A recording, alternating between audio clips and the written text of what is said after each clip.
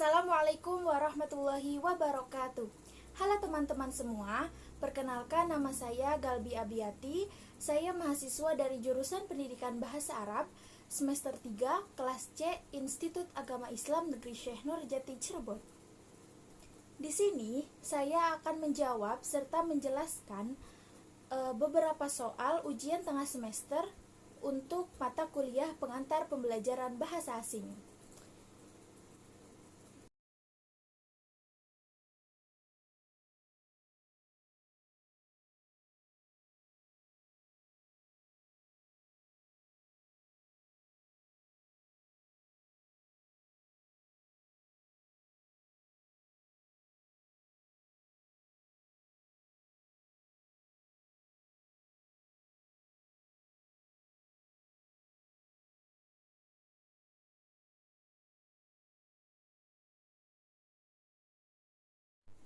Oke teman-teman, langsung saja kepada pembahasan yang pertama, yaitu mengenai pengertian serta contoh dari bahasa ibu, bahasa pertama, bahasa kedua, bahasa daerah, bahasa nasional, dan bahasa asing. Yang pertama yaitu bahasa ibu. Bahasa ibu dan bahasa pertama itu mempunyai definisi yang sama, yaitu merupakan bahasa pertama yang dikuasai manusia sejak lahir melalui interaksi dengan sesama anggota masyarakat, seperti keluarga dan masyarakat di lingkungan tempat tinggalnya. Ada beberapa para ahli yang mendefinisikan bahasa ibu dan bahasa pertama ini. Yang pertama ada Sujono Darjo Wijojo. Beliau mendefinisikan bahwa bahasa ibu adalah bahasa yang pertama kali dikuasai atau diperoleh anak. Bahasa ibu adalah padanan kata dari native language. Yang kedua ada Endang Retnowati. Endang Retnowati mendefinisikan bahwa bahasa ibu adalah bahasa yang mempunyai hubungan emosional dengan penuturnya secara langsung. Yang terakhir ada Age Sujono.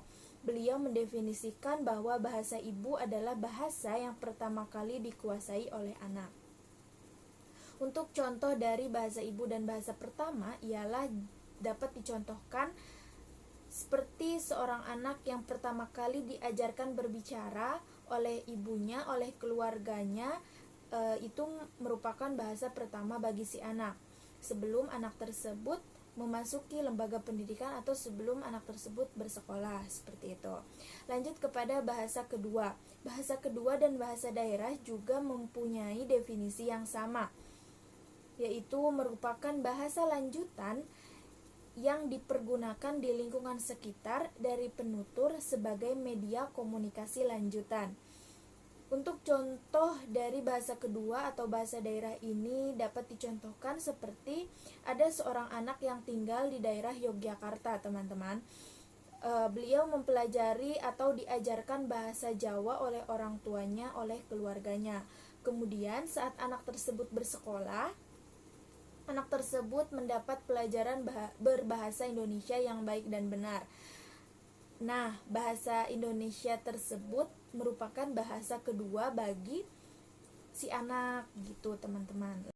Lanjut ke bahasa nasional.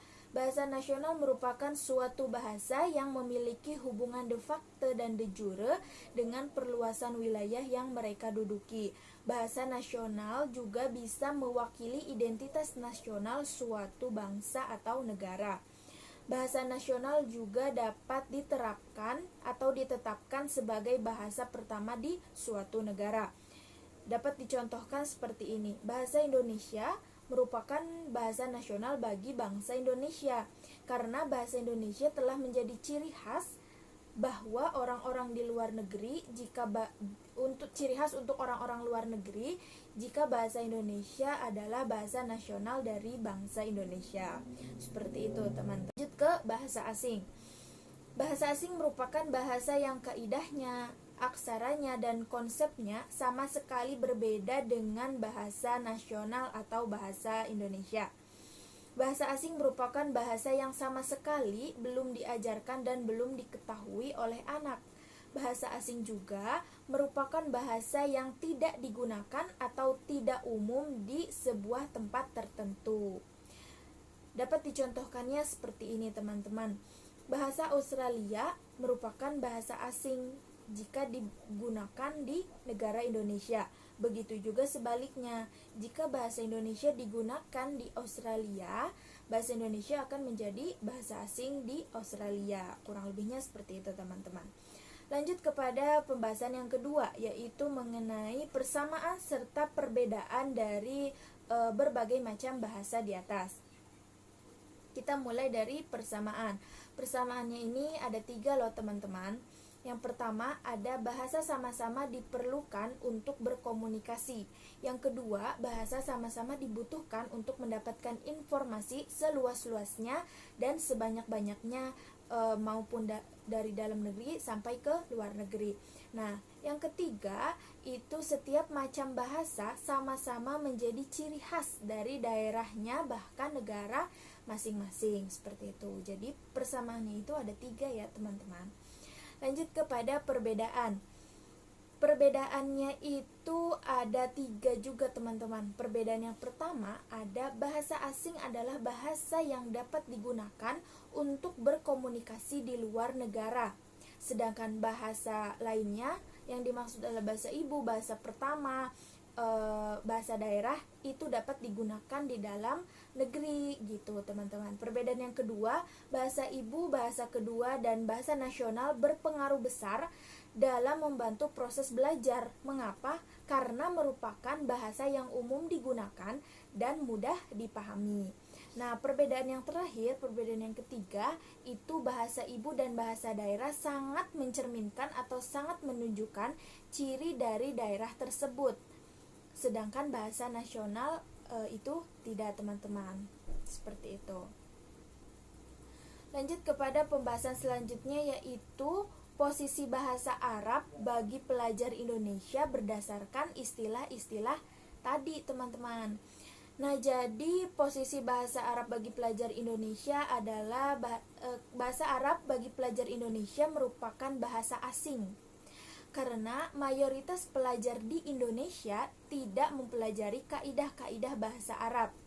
Pelajar di Indonesia hanya mengetahui bentuk dan cara membaca bahasa Arab yang ada di Al-Quran, sedangkan tidak mempelajari lebih lanjut mengenai bahasa Arab. Maka dari itu, bahasa Arab adalah atau bahasa Arab merupakan bahasa asing bagi pelajar di Indonesia, karena tidak semua pelajar di Indonesia itu mempelajari atau belajar bahasa Arab.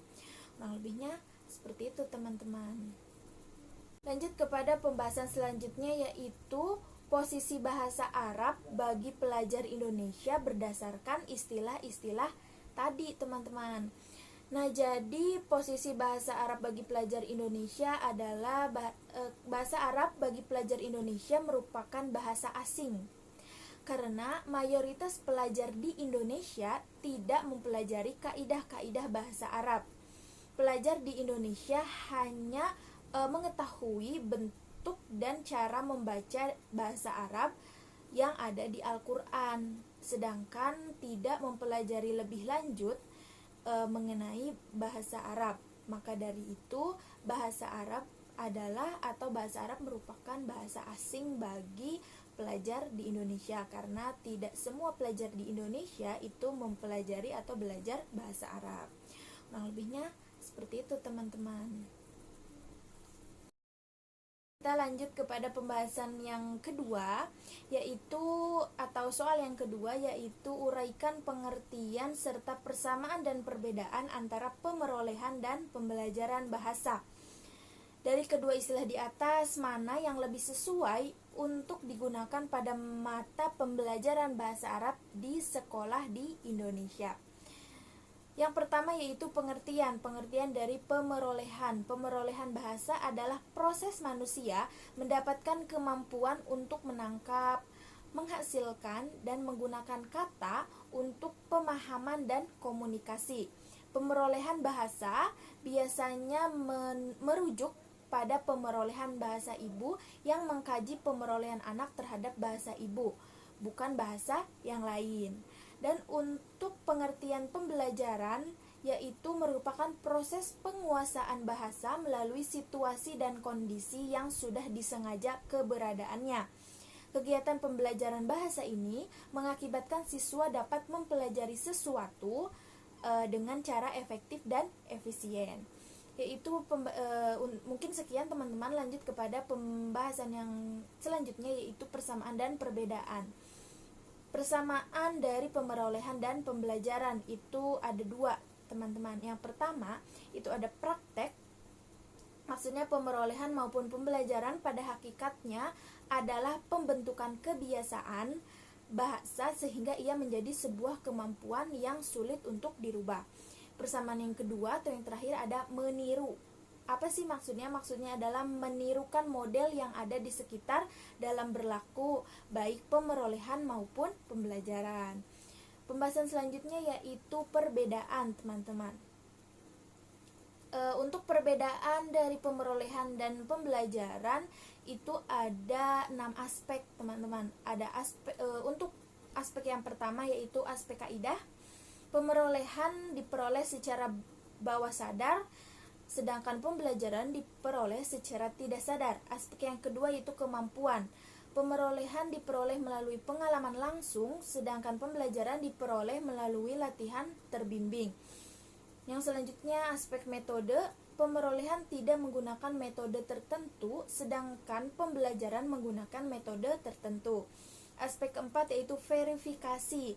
Verifikasi pemerolehan dilakukan melalui proses komunikasi real, sedangkan pembelajaran dilakukan melalui tes atau latihan. Aspek yang selanjutnya yaitu fokus. Pembelajaran terfokus pada kosakata, sedangkan pembelajaran fokus kepada struktur. Dan aspek yang terakhir yaitu motivasi. Pemerolehan menggunakan motivasi komunikasi, sedangkan pembelajaran menggunakan motivasi prestasi. Seperti itu, teman-teman. Pertanyaan selanjutnya yaitu tentang istilah yang sesuai untuk pelajar di Indonesia terhadap bahasa Arab. Istilah yang cocok bagi pelajar di Indonesia terhadap mata kuliah bahasa Arab adalah pembelajaran. Mengapa? Karena pembelajaran merupakan kegiatan melatih yang dimana aspek-aspek pembelajarannya pun terfokus pada hal-hal yang dapat membuat siswa menjadi mudah dalam memahami pembelajaran bahasa Arab. Kurang lebihnya seperti itu, teman-teman. Oke, teman-teman, langsung saja kita lanjut kepada soal yang ketiga, yaitu uraikan secara singkat dan jelas dasar-dasar teoritis pengajaran bahasa dan implementasinya dalam pembelajaran bahasa Arab sebagai bahasa asing. Lanjut saja, yaitu yang pertama dasar-dasar teoritis pengajaran bahasa dan implementasinya. Yang pertama ada dasar linguistik. Linguistik adalah ilmu yang mempelajari tentang bahasa. Dalam metode mengajarkan bahasa, terdapat perbedaan yang dipengaruhi oleh perbedaan pandangan terhadap hakikat bahasa dan perbedaan dalam cara menganalisis bahasa, teman-teman. Dapat dicontohkannya itu seperti seseorang peserta itu mempelajari berbagai bahasa atau berbagai tata cara berbahasa yang baik dan benar. Nah, seperti itu, teman-teman. Pada dasar linguistik ini ada dua aliran penting loh, teman-teman. Yang pertama ada aliran struktural, yang kedua ada aliran generatif transformasi.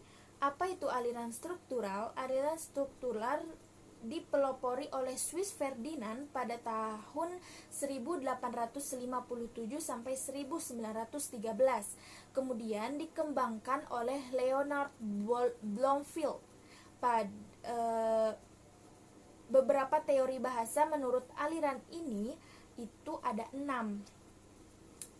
Yang pertama ada bahasa itu pertama-tama adalah lisan. Yang kedua, kemampuan berbahasa diperoleh melalui kebiasaan. Yang ketiga, setiap bahasa memiliki sifatnya sendiri. Yang keempat, setiap bahasa memiliki sistem yang utuh dan cukup. Yang kelima, setiap bahasa hidup berkembang mengikuti perkembangan zaman. Yang keenam, sumber utama kebakuan bahasa adalah penutur bahasa. Itu untuk aliran struktural. Lanjut ke aliran generatif transformasi. Tokoh utama dari aliran ini adalah linguis Amerika Noam Chomsky. yang pada tahun 1957 mempublikasikan bukunya yang berjudul Language Structure. Chomsky membagi kemampuan berbahasa menjadi dua, yaitu performasi dan kompetensi. Lanjut, yaitu ada dasar psikologis. Psikologis adalah ilmu yang mempelajari tentang jiwa. Para ahli psikologis pembelajaran sepakat bahwa dalam proses belajar dan mengajar terdapat unsur internal dan eksternal. Yang termasuk unsur internal adalah bakat, minat, kemauan, dan pengalaman. Yang termasuk ke dalam unsur eksternal itu ada lingkungan, guru, dan buku teks. Pada dasar psikologis terdapat dua mazhab. Yang pertama ada mazhab behaviorisme, yaitu mazhab yang terfokus pada faktor-faktor eksternal. Dan yang kedua ada mazhab kognitif, yaitu mazhab yang terfokus kepada faktor internal. Yang ketiga ada dasar pedagogis. Pedagogis adalah ilmu pendidikan. Pedagogis merupakan kemampuan guru dalam mengelola pembelajaran peserta didik dan akan menentukan tingkat keberhasilan proses dalam hasil pembelajaran peserta didiknya.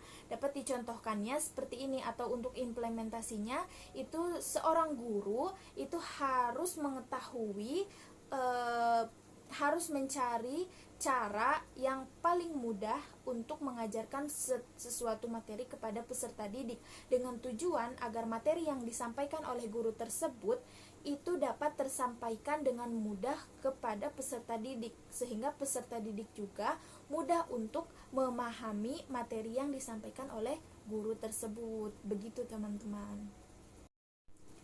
Oke teman-teman, kita sudah masuk ke soal yang terakhir atau soal yang keempat, yaitu ada jelaskan hakikat pembelajaran bahasa Arab sebagai bahasa asing. Mengapa calon guru bahasa Arab harus mengetahui hakikat pembelajaran bahasa Arab sebagai bahasa asing? Nah, untuk jawabannya yaitu bahasa Arab merupakan bahasa dunia yang telah mengalami perkembangan sosial masyarakat dalam ilmu pengetahuan. Bahasa Arab juga telah menjadi salah satu bahasa yang saat ini banyak ditekuni masyarakat untuk dipelajari dan ditelaah. Dikarenakan Al-Quran yang merupakan kitab suci agama Islam sebagai dasar hukum agama Islam diturunkan dengan bahasa Arab, yang dimana di negara Indonesia ini mayoritas masyarakat dan orang-orangnya itu beragama Islam, sehingga bahasa Arab menjadi salah satu bahasa yang sekarang itu sedang banyak dipelajari dan ditelaah oleh masyarakat di Indonesia ini teman-teman. Yaitu mengapa calon guru bahasa Arab harus mengetahui hakikat pembelajaran bahasa Arab sebagai bahasa asing. Calon guru bahasa Arab harus mengetahui hakikat pembelajaran bahasa Arab sebagai bahasa asing karena dengan guru mengetahui hakikatnya, guru akan menjadi lebih tahu tentang bagaimana cara mengajarkan bahasa Arab kepada peserta didik agar mudah dipahami dan diingat. Secara di Indonesia bahasa Arab itu masih menjadi bahasa asing, seperti itu. Jadi agar peserta didik tidak merasa kesulitan untuk mempelajari bahasa Arab, sehingga akan menimbulkan banyaknya peserta atau banyaknya orang-orang yang ingin mempelajari bahasa Arab. Kurang lebihnya begitu teman-teman.